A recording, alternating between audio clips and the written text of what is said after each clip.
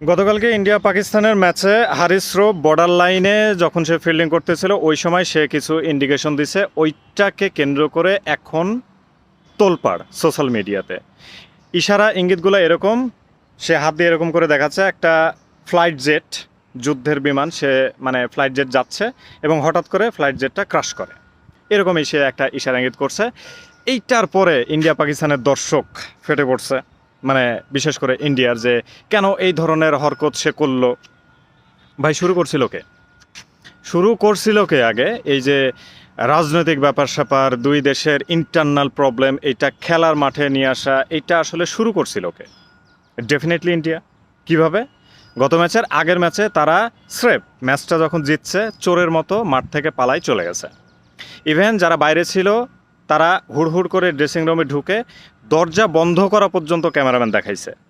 তো বাইরের গ্যাঞ্জাম আপনি মাঠের মধ্যে নিয়ে আসবেন, আবার আপনি মানে প্রেস ব্রিফিংয়ে, খেলার পরে যে প্রেস ব্রিফিং হয় সেইখানে স্পষ্ট আকারে বলবেন যে আমরা পেহেলগামের ওই ঘটনার কথা ভুলতে পারি না, আমরা কঠোর জবাব দিতে আসছি। তো দেশের ইন্টারনাল প্রবলেম যখন আপনি ফ্রেন্ডলি ম্যাচে বা এরকম বৈশ্বিক টুর্নামেন্টে আপনি আনবেন, তো আরেকজন আনলে প্রবলেম কোথায়? কে আনছে? যেই আনছে যাদের এগেনস্টে আপনাদের এত অভিযোগ, পাকিস্তানের প্লেয়ার হারিস রূপ, সে এই ধরনের ইন্ডিকেশন করছে, তাতে সমস্যা কোথায়? রাফায়েল কি তারা ধ্বংস করে নাই?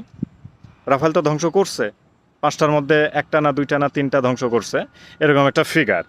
তো এটা তার দেশের গর্ব, তার দেশের ফ্লাইট জেটের ফাইটার, সে তারা রাফায়েল ধ্বংস করছে, তার দেশের প্লেয়ার, সে এটা গর্ব করে বলতেই পারে। তো এটা তো ফার্স্টে পাকিস্তানে কোনো প্লেয়ার বা পাকিস্তানে কোনো অথরিটি, ক্রিকেট অথরিটি, তারা তো এই ধরনের হরকত করেনি, করছে ইন্ডিয়ার প্লেয়াররা আগে, ইন্ডিয়ার অথরিটিরা আগে এটা করছে। ক্রিকেট বিশ্বে এখন পর্যন্ত আমার জীবদ্দশায় এরকম কোনো খেলা দেখে নাই যে ম্যাচ হারুক জিতুক যাই ঘটুক দুই দেশের মধ্যে বহুত প্রবলেম থাকতেই পারে, এইরকম দেখি নাই যে প্লেয়ার খেলার পরেই যেইভাবে মানে চোরের মতো পালাই গেল ইন্ডিয়ান প্লেয়াররা। হাতটা মেলাইলে কি তাদের হাত পচে যেত? ক্রিকেটের মানসম্মান বা ক্রিকেটের একটা ভদ্রতা, একটা সৌন্দর্যটা, এইটা ইন্ডিয়া প্রথমবারের মতো নষ্ট করছে। পূর্বে হ্যাঁ এরকম হয়েছে যে অথরিটি তো অথরিটি, মানে ড্রেসিং রুমে যারা থাকে তারা হয়তো বা হাত মেলায়নি, কিন্তু অ্যাটলিস্ট মাঠে যারা আছে তারা তো হাত মেলাবে। তাদের তো মানে তারা তো আসলে এর আগে যখন দেখলাম যে বাবর আজম এবং বিরাট কোহলি দুবাইতে খেলা হইলো, বাবর আজম বিরাট কোহলি খেলার মাঠ মানে খেলা শেষ করে তারা দুইজন মানে কি সুন্দর আলোচনা করতেছে, ওই ভিডিও বা ওই ধরনের পিকচার দেখে ওইটাকে মানে লাভ ক্যাপশন কত কি অ্যাপ্রিসিয়েট করা। দুই দেশ চিরপ্রতিদ্বন্দ্বী, মাঠের বাইরে মাঠের ভেতরে, বিরাট কোহলি বাবর আজমের মধ্যে তো এই প্রবলেম ছিল না।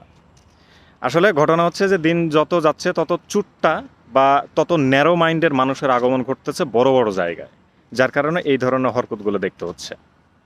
ক্রিকেটের সৌন্দর্য সম্পূর্ণভাবে নষ্ট করার জন্য ইন্ডিয়া দায়ী, আর তাদের প্লেয়াররাও যে এটার সাথে সরাসরি যুক্ত সেটা এই ম্যাচের আগের ম্যাচে প্রমাণিত হয়ে গেছে।